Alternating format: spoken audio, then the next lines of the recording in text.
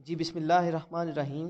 मेरा नाम तैयब हुसैन है और मैं सीएसएस और पीएमएस को पढ़ाता हूँ। अच्छा, आज का जो हमारा टॉपिक है वो करंट अफेयर से है, जिसका नाम है Saudi Arabia Iran peace deal. अच्छा, इस टॉपिक में हम डिस्कस करेंगे कि क्या कॉन्फ्लिक्ट हैं दोनों कंट्री के दरमियान में, जिसकी वजह से पीस डील होना ज़रूरी था। एंड नंबर टू, हम देखेंगे कि क्या आउटकम है इस ईरान और सऊदी अरेबिया पीस डील के।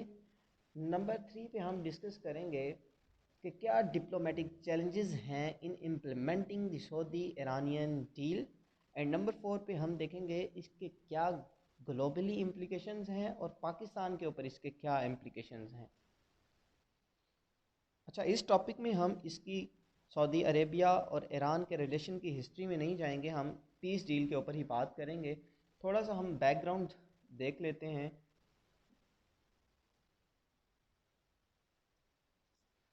अच्छा, क्या है कि जो बायलैटरल रिलेशंस हैं बिटवीन ईरान और सऊदी अरेबिया के दरमियान में, ये क्यों स्ट्रेंड है, क्या रीज़न है। तो इसके सेवरल जियोपॉलिटिकल इश्यूज हैं, जिनमें कुछ चंद ये हैं: एस्पायरेशंस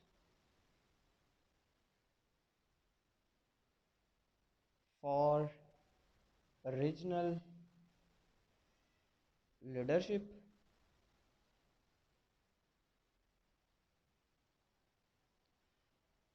नंबर टू पे है oil export policy, and number three पे है रिलेशंस विद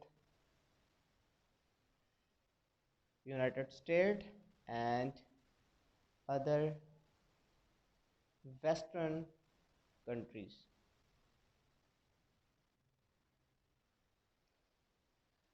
अच्छा, डिप्लोमेटिक रिलेशंस जो हैं इनके सस्पेंडेड हुए हैं दोनों कंट्री के, वो 1987 टू 1990 में ख़राब हुए हैं। उसके बाद after the execution of Nimr al Nimra,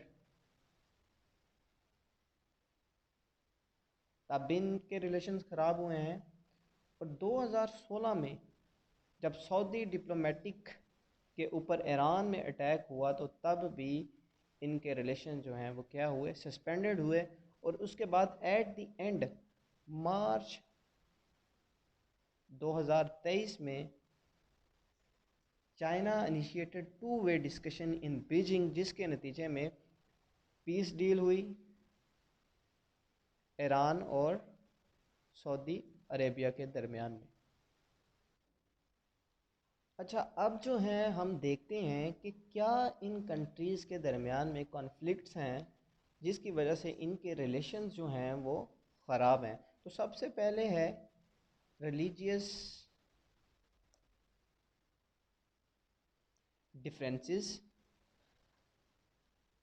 अच्छा, रिलीजियस डिफरेंसेस में क्या है कि ईरान जो है वो प्रीडोमिनेटली शिया कंट्री है।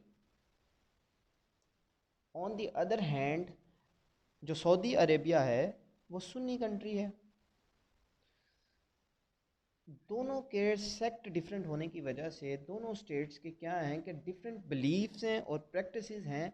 This has led to tension and conflicts between Iran and Saudi Arabia. Number two पे जो कॉन्फ्लिक्ट्स है वो है पॉलिटिकल इन्फ्लुएंसेस।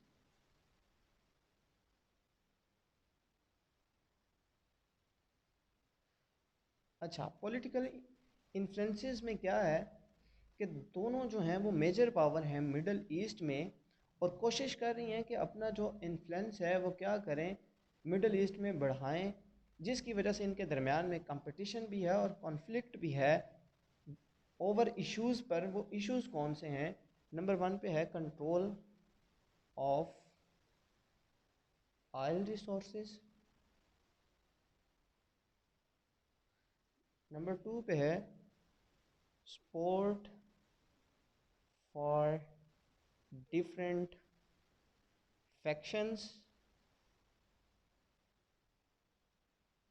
नंबर थ्री पे है कि ये दोनों ममालिक जो हैं वो प्रॉक्सी वार में मुब्तला हैं। किन कंट्रीज़ में? सीरिया में, यमन में और इराक़ में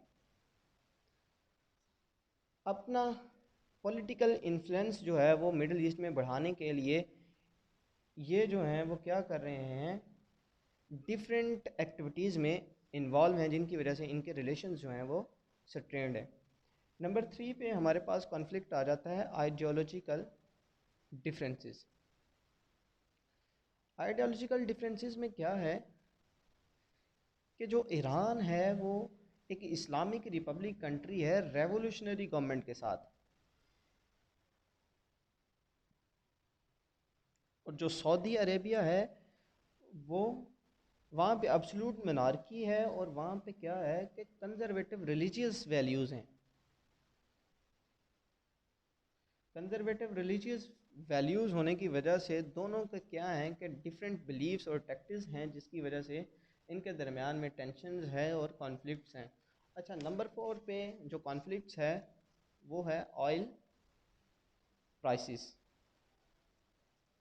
अच्छा, ऑयल प्राइसेस में क्या है कि दोनों कंट्रीज़ जो हैं वो मेजर ऑयल प्रोड्यूसर्स हैं, and their competition for market share has led to this agreement over this production level and price. मतलब ये है कि दोनों कंट्रीज़ के दरमियान में ऑयल प्रोड्यूसिंग में और ऑयल को मार्केट में शेयर करने के माबैन जो है वो कंपटीशन है, जिसकी वजह से इनके रिलेशन जो हैं वो ख़राब हैं। नंबर 5 पे है द असैसिनेशन ऑफ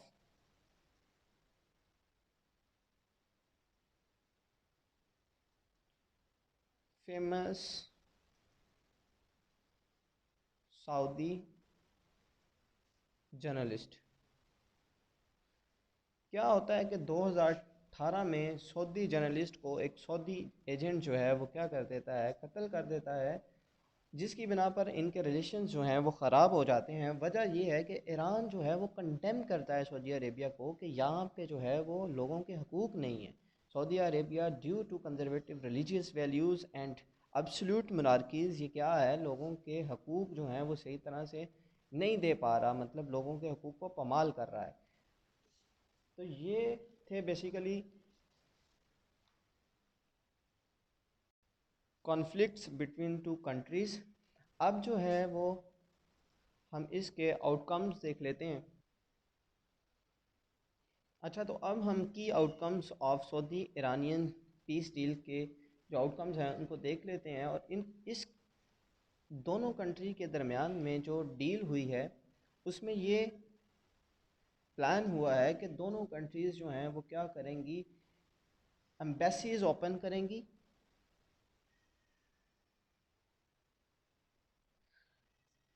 नंबर 1 पे है कि both countries plan to reopen their embassies in Riyadh, जो सऊदी अरेबिया का कैपिटल है, एंड तेहरान।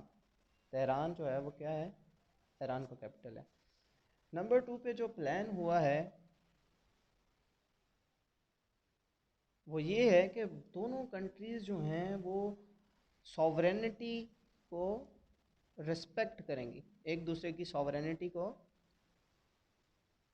रिस्पेक्ट करेंगी, और दोनों कंट्रीज़ जो हैं वो इन्वॉल्व नहीं होंगी एक दूसरे के बिज़नेस में, मतलब कंट्रीज़ एक दूसरे के इंटरनल अफेयर में मुदाखलत नहीं करेंगी। नंबर 3 पे है कि ये क्या करेंगी, ये जो है वो कॉपरेशन करेंगी। जो एग्रीमेंट साइन हुआ था 2001 में, उसको क्या करेंगे, सिक्योरिटी कॉपरेशन एग्रीमेंट जो साइन हुआ था 2001 में, उसको क्या करेंगे, इम्प्लीमेंट करेंगे। एंड नंबर 2 पे जो general economic trade and investment agreement sign हुआ था 1998 में, उसको भी इम्प्लीमेंट करेंगे। और चाइना क्या करेगा कि चाइना जो है वो ईरान और 6 गोल्फ कंट्री के दरमियान जो है वो क्या करवाएगा,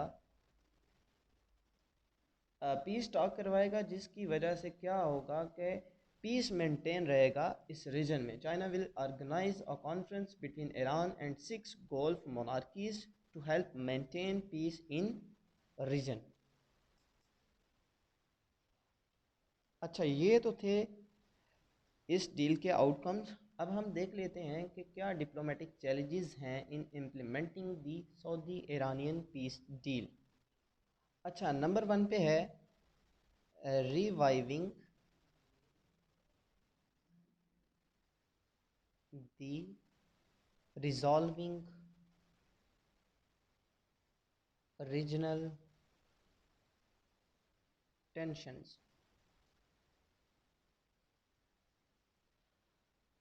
अच्छा, इस पीस डील को इम्प्लीमेंट करने के क्या क्या चैलेंजेस हैं, कि कैसे ये जो डील्स है वो इम्प्लीमेंट होगी, और इसके दरमियान में जो रुकावटें हाइल्स हैं वो क्या हैं, वो हम देख रहे हैं। तो पहला है रिवाइविंग दी रिजॉल्विंग रीजनल टेंशंस। मतलब क्या है कि दोनों कंट्रीज़ जो हैं वो ऑन गोइंग है रिवालरीज़ में और कॉन्फ्लिक्ट्स में इस रीजन में, पर्टिकुलरली सऊदी अरेबिया और ईरान जो है वो इस रीजन में जो है वो क्या है, कॉन्फ्लिक्ट्स में है।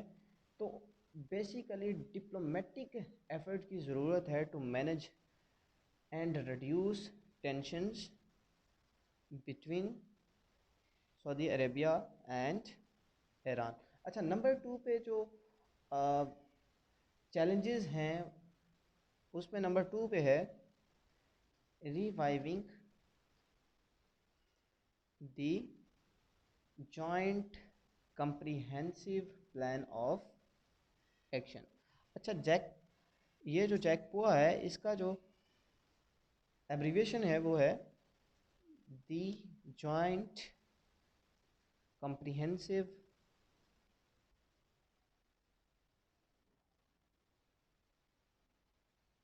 Plan of action. अच्छा, ये बेसिकली एक एग्रीमेंट है, न्यूक्लियर एग्रीमेंट है ईरान के साथ। हाँ, अगर क्या होता है कि ये जो डील जो है ये कामयाब हो जाती है तो ये जो एग्रीमेंट है ये रिवाइव हो जाएगा, और जो ईरान के ऊपर सैंक्शंस हैं वो भी कम हो जाएंगी।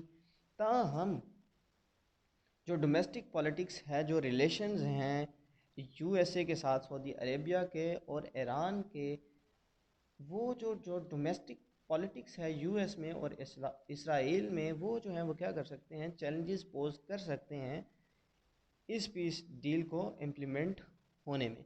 अच्छा, नंबर थ्री पे है मैनेजिंग इसराइल अग्रेसिवनेस। क्या है कि ईरान और इसराइल की शुरू से टसल है, तो इसकी जो हॉस्टैलिटी है टूवर्ड ईरान, ये भी ज़रूरत है कि इसको भी मैनेज किया जाए to ensure regional stability and Middle East. अच्छा, अब हमने बात कर ली कि जो डिप्लोमेटिक चैलेंजेस थे in implementing Saudi Arabia Iranian peace deal में, वो हमने डिस्कस कर लिए हैं। अब हम देखेंगे कि इस पीस डील के ग्लोबल इम्प्लीकेशंस क्या हैं। Global implications of Saudi Arabia Iran peace deal। अच्छा, ग्लोबल इम्प्लीकेशंस में क्या है कि अगर दोनों ममालिक के दरमियान में क्या हो जाता है, पीस डील अच्छे तरीके से हो जाती है तो उसकी वजह से क्या होगा, रीजनल स्टेबिलिटी आएगी। क्या है कि दोनों नेशंस जो हैं वो कॉन्फ्लिक्ट में इन्वॉल्व हैं, सीरिया, यमन एंड इराक में। अगर इन दोनों के दरमियान में हम आहंगी पैदा हो जाती है, दोनों एक दूसरे के करीब आ जाते हैं और एक दूसरे के साथ जो है वो अपना लेन देन शुरू कर लेते हैं, तो उसकी बिना पर क्या होगा, दोनों कंट्रीज़ में जो है वो नेशनलिज्म प्रवेल करेगा, जिसकी वजह से ये जो लड़ाइयाँ हैं वो डी एस्केलेट हो जाएंगी और कॉन्फ्लिक्ट्स कम हो जाएंगे, जिसकी वजह से रीजन में स्टेबिलिटी आएगी। अच्छा, नंबर टू पे है ग्लोबल एनर्जी मार्केट। क्या है कि दोनों नेशंस जो हैं वो लार्जेस्ट ऑयल प्रोड्यूसिंग नेशंस हैं, और इनके जो रिलेशंस हैं वो ग्लोबली एनर्जी मार्केट्स को क्या कर सकते हैं, इम्पेक्ट कर सकते हैं। अगर इन दोनों के दरमियान में जो रिलेशंस हैं वो अच्छे हो जाते हैं तो फिर क्या हो सकता है कि प्राइस ऑफ ऑयल और गैस जो ग्लोबली है वो ग्लोबली अफेक्ट हो सकती है। नंबर 3 पे क्या है, रिलीजियस डिवाइड। अच्छा, रिलीजियस डिवाइड में क्या है कि दोनों ममालिक जो हैं वो डिफरेंट सेक्ट्स रखते हैं। जैसे ईरान है वो शिया कंट्री है और जो सऊदी अरेबिया है वो सुन्नी कंट्री है। तो इन दोनों के दरमियान में जब अ, एक दूसरे के साथ रिश्ता अच्छा हो जाता है दोनों ममालिक के दरमियान में, तो ये इन दोनों के दरमियान में जो शिया सुन्नी का कॉन्सेप्ट है ये भी ख़त्म हो जाएगा और रिलीजियस डिवाइड भी ख़त्म हो जाएगा। नंबर 4 पे है जियोपॉलिटिकल बैलेंस। जियोपॉलिटिकल बैलेंस में क्या है कि जब दोनों ममालिक में हमदर्दी पैदा हो जाएगी एक दूसरे के लिए, तो बैलेंस ऑफ पावर जो है वो इस रीजन में शिफ्ट हो जाएगा। Both are influential countries in Middle East and their normalisation could shift the balance of power in the region. और ये जो है वो अफ़गानिस्तान के लिए भी बेहतर है, गुड फॉर अफ़गानिस्तान।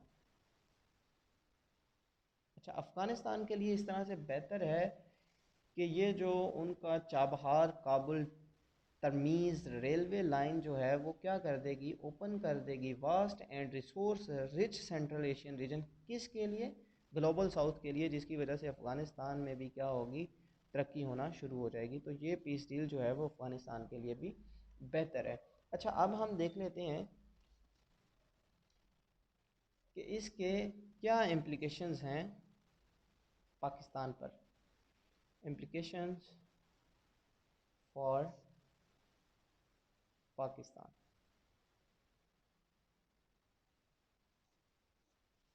सबसे पहले क्या है कि जब बोथ कंट्रीज़ जो हैं वो अपने कॉन्फ्लिक्ट जो हैं वो निगोशिएशन के ज़रिए जो हैं वो क्या करेंगे, सॉल्व करेंगे, तो क्या होगा, रीजनल जो पीस है वो इम्प्रूव होगा और जो स्टेबिलिटी है मिडल ईस्ट में वो क्या करेगी, Pakistan commercial and economic engagement को जो है वो क्या करेगी, वो इंगेज करेगी किसके साथ, मिडल ईस्ट के साथ और सेंट्रल एशिया के साथ। मतलब ये है कि जब रीजन रीजन में पीस आएगा तो पाकिस्तान का जो लिंक है वो मिडल ईस्ट के साथ और सेंट्रल एशिया के साथ अच्छा हो जाएगा, जिसकी बिना पर पाकिस्तान की जो इकानमी है वो बेहतर हो जाएगी और पाकिस्तान में जो है वो इन्वेस्टमेंट भी आएगी।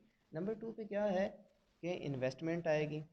पहले नंबर पे क्या है, रीजनल स्टेबिलिटी होगी। रीजन में जब पीस आएगा तो स्टेबिलिटी जो है वो पाकिस्तान को जो है वो मिडल ईस्ट और सेंट्रल एशिया के साथ लिंक करेगा। नंबर 2 पे क्या है कि पाकिस्तान में इन्वेस्टमेंट आएगी। इन्वेस्टमेंट आएगी तो पाकिस्तान तरक्की करेगा। और नंबर 3 पे है कि ये जो सेक्टेरियनिज़म है, एक्सट्रीमिज़म है, ये भी क्या हो जाएगा, रिड्यूस हो जाएगा, जिसकी बिना पर जो है वो मुस्लिम जो रीजन्स हैं लाइक अफ़गानिस्तान, मिडल ईस्ट और पाकिस्तान, ये जो हैं क्या करेंगे, मिल के जो हैं वो तरक्की करेंगे। अच्छा, ये था आज का हमारा करंट अफेयर का टॉपिक्स। इंशाल्लाह मिलते हैं अगली वीडियो के साथ।